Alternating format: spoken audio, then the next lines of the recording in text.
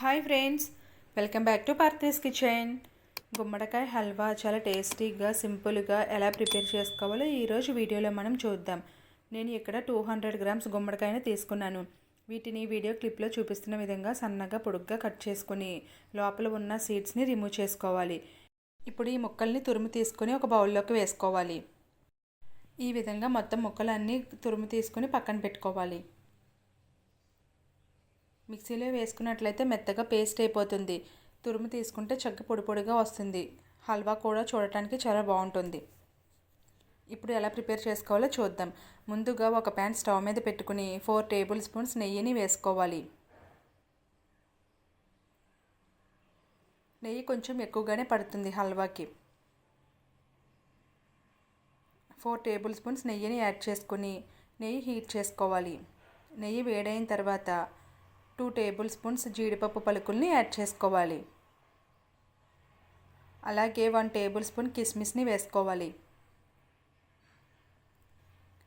అలాగే 2 table spoons గుమ్మడిపప్పు, పుచ్చపప్పు, sunflower పప్పు 3 కలిపినవి ఒక 2 టేబుల్ స్పూన్స్ని యాడ్ చేసుకోవాలి. ఇప్పుడు వీటిని మీడియం ఫ్లేమ్లో పెట్టుకుని లైట్ గోల్డెన్ బ్రౌన్ కలర్ వచ్చేంత వరకు మంచిగా ఫ్రై చేసుకోవాలి.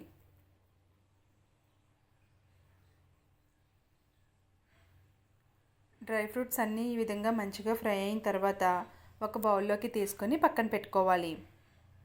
సేమ్ అదే ప్యాన్ స్టవ్ మీద పెట్టుకుని మనం ముందుగా తీసుకున్న గుమ్మడి తురుముని యాడ్ చేసుకోవాలి. ఆల్రెడీ మనం ఫస్ట్లోనే నెయ్యి ఎక్కువ తీసుకున్నాం కాబట్టి ఆ నెయ్యి సరిపోతుంది. ఇప్పుడు ఎక్స్ట్రా నెయ్యి ఏమీ యాడ్ చేయవసరం లేదు. మీడియం ఫ్లేమ్లో పెట్టుకుని ఈ గుమ్మడి తురుము కూడా మంచిగా ఫ్రై చేసుకోవాలి. కొంచెం టైం ఎక్కువగానే పడుతుంది. మీడియం ఫ్లేమ్లో పెట్టుకుని పైన కవర్ చేసి పచ్చివాసన పోయేంత వరకు ఫ్రై చేసుకోవాలి. మధ్య మధ్యలో ఒకసారి కలుపుకుంటూ ఉండాలి.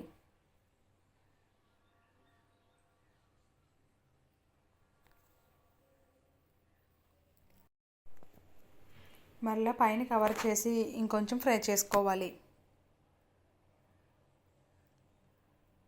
గుమ్మడి తురుము ఈ విధంగా కలర్ చేంజ్ అయ్యేంత వరకు ఫ్రై చేసుకోవాలి. ఇప్పుడు దీంట్లో మనం తీసుకున్న 200 గ్రామ్స్ గుమ్మడి తురుముకి 100 గ్రామ్స్ షుగర్ని యాడ్ చేసుకోవాలి.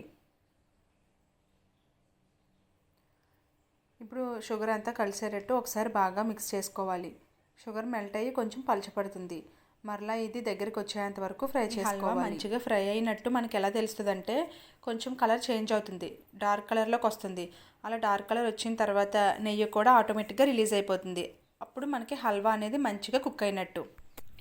లాస్ట్లో మనం ముందుగా ఫ్రై చేసుకున్న డ్రై ఫ్రూట్స్ని యాడ్ చేసుకోవాలి. ఇప్పుడు అంతా కలిసేటట్టు ఒకసారి బాగా మిక్స్ చేసుకుని స్టవ్ ఆఫ్ చేసి సర్వ్ చేసుకోవాలి. ఎంతో టేస్టీగా ఉండే గుమ్మడికాయ హల్వా రెడీ అయిపోయింది. Thank you for watching. మీకు ఈ వీడియో కనుక నచ్చినట్లయితే లైక్ చేయండి, కామెంట్ చేయండి. అలాగే మీ ఫ్రెండ్స్కి, మీ రిలేటివ్స్కి షేర్ చేయండి. మరెన్నో కొత్త రెసిపీస్ కోసం మా ఛానల్ని సబ్స్క్రైబ్ చేసుకోండి ఫ్రెండ్స్.